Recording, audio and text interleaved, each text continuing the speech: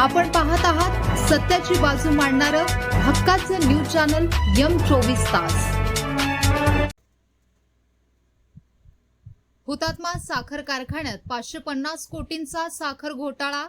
वैभव नायकडींविरुद्ध सख्या भावाने व पुतण्यानेच उपोषणाचे अस्त्र उगारले आहे। पुतण्या केदार नायकवडींनी केला गौप्यस्फोट। वाळवा येथील प्रसिद्ध हुतात्मा सहकारी साखर कारखान्यात तब्बल 550 कोटी रुपयांचा साखर घोटाळा झाल्याचा खळबळजनक आरोप करत विद्यमान चेअरमन वैभव नायकवडी यांच्या विरोधात त्यांच्याच कुटुंबातील सदस्यांनी आंदोलनाचे हत्यार उपसले आहे। किरण नायकवडी आणि केदार नायकवडी गेल्या 6 दिवसांपासून कारखाना परिसरात उपोषणास बसले असून या घोटाळ्याची पाळेमुळे नेमकी कोठे आहेत याचा सविस्तर खुलासा उपोषणकर्ते केदार नायकवडी यांनी M24 तास न्यूजशी बोलताना केला आहे।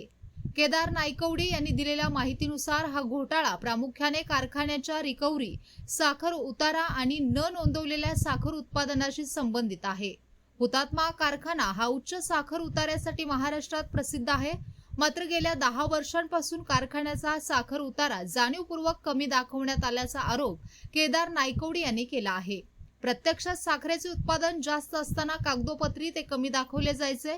केदार नायकवडींच्या दाव्यानुसार 1% रिकव्हरी कमी दाखवली की साधारणपणे 10 किलो साखर वाचते। अशा प्रकारे दरवर्षी हजारो क्विंटल साखर रेकॉर्डवर न आणता तिची चोरी केली गेली।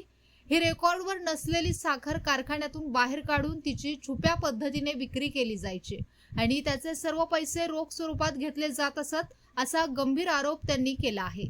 या प्रकरणाचा पाठपुरावा करताना केदार नायकवडी यांनी सांगितले की डिसेंबर 2025 मध्ये RGD प्रादेशिक सहसंचालक साखर विभागाकडे पुराव्यांसह तक्रार करण्यात आली होती।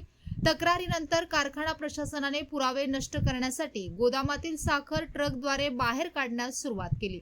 9 डिसेंबर 2025 रोजी आंदोलकांनी हे साखर भरलेले ट्रक स्वतः थांबवून त्याचे चित्रीकरण केले होते।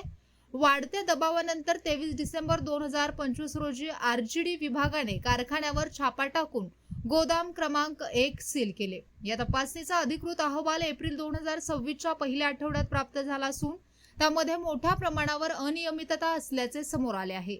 एकेकाळी सहकार क्षेत्रातील आदर्श मानल्या जाणाऱ्या नायकवडी कुटुंबात आता या घोटाळ्यावरून उभी फूट पडली आहे। सभासदांच्या हक्काचा पैसा वैयक्तिक स्वार्थासाठी वापरला जात आहे आणि हुतात्मा कारखान्याची शान असलेला साखर उतारा मारला जात आहे असे म्हणत केदार नायकवडी यांनी विद्यमान चेअरमन वैभव नायकवडी यांच्या राजीनाम्याची आणि सखोल चौकशीची मागणी केली आहे। सध्या कारखाना परिसरात तणावपूर्ण शांतता असून या 550 कोटींच्या कथित घोटाळ्याचे पडसाद सांगली जिल्ह्यासह संपूर्ण महाराष्ट्राच्या सहकार क्षेत्रात उमटण्याची शक्यता आहे। रिकव्हरी कारखान्याची तुम्ही आता जसं सांगितलं की ह्या कारखान्याचं नाव लौकिक महाराष्ट्रभर होता। मुळात महाराष्ट्रभर नाव लौकिक असायचं कारण एक होतं की रिकव्हरी ह्या कारखान्याची, आणि जेवढी रिकव्हरी तुम्हाला जास्त मिळेल तेवढे तुमचं उत्पादन वाढेल आणि तुम्हाला पैसे जास्त मिळतील। आणि त्याचमुळे रिकव्हरी जास्त मिळाल्यामुळे अण्णांनी सगळ्यांना दर द्यायला चांगला चालू केला। या कारखान्याची रिकव्हरी गेले 10 वर्षे सातत्यानं कमी येते। आम्ही ह्याच्यात जेव्हा खोलात गेलो की बाबा नक्की रिकव्हरी कमी येते, कारण तर ऊस तर तेच आहे, जमीन तेच आहेत, आणि मग रिकव्हरी कमी का येते, तर आम्हाला कळालं रिकव्हरी आहे तेवढी आहे तशीच आहे, फक्त ही रिकव्हरी मारली जाते। आता मारली जाते म्हणजे काय की जेवढी रिकव्हरी आहे ती रिकव्हरी कमी आहे असं दाखवायचं आणि त्याच्यामधून जी पोती निघतात, म्हणजे साधारणतः आधी आमची रिकव्हरी 13-20 अशी असायची, म्हणजे एका टनाला 10 पॉइंट मारली तर 1 किलो साखर निघते, 1% मारली तर 10 किलो साखर निघते। अशी साखर गेल्या काही बरेच वर्षापासून मारायचं चालू झालं आणि ही साखर ही रेकॉर्डला कुठेही दाखवली जायची नाही आणि या साखरेची इलिगल विक्री बाहेर व्हायची आणि त्याचे सगळे पैसे कॅश स्वरूपात घेतले जायचे। आता ह्याच्या खोलात गेला असताना आम्हाला मागच्या वर्षी मी वार्षिक मीटिंग मध्ये पण हा प्रश्न विचारलेला की तुम्ही रिकव्हरी या वर्षाची एवढी कमी दाखवलेली आहे, सिरपला तुम्ही डायव्हर्जन केलेलं नाही इथेनॉलसाठी, आणि तुमची अशी एवढी रिकव्हरी पाहिजे होती आणि तुम्ही एवढी रिकव्हरी मारलेली आहे।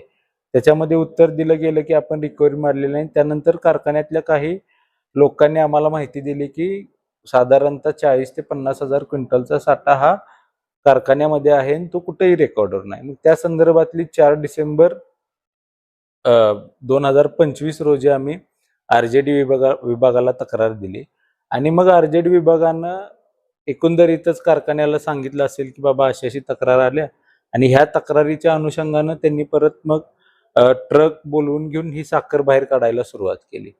मग ते ट्रक त्या दिवशी जाऊन आम्ही तिथं अडवले. 9 तारखेला 9 डिसेंबरला ट्रक आलेले आणि ती साखर आम्ही अडवली, त्याचे व्हिडिओ वगैरे केले आणि ते व्हिडिओ साधारणतः जिल्हाभर प्रसिद्ध झाल्यानंतर एकंदरीत RJDवर दबाव आला आणि त्यांनी 23 डिसेंबर रोजी कारखान्यावर धाड टाकली.